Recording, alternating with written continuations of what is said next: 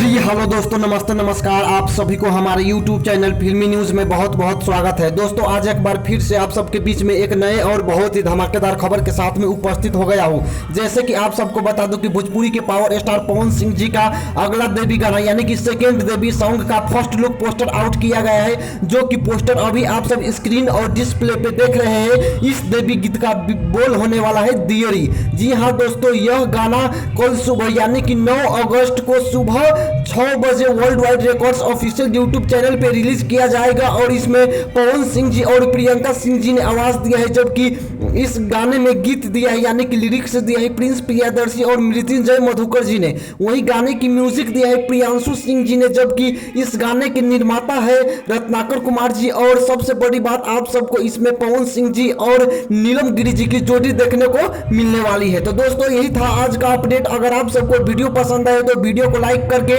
हमारे चैनल को सब्सक्राइब जरूर करें। धन्यवाद।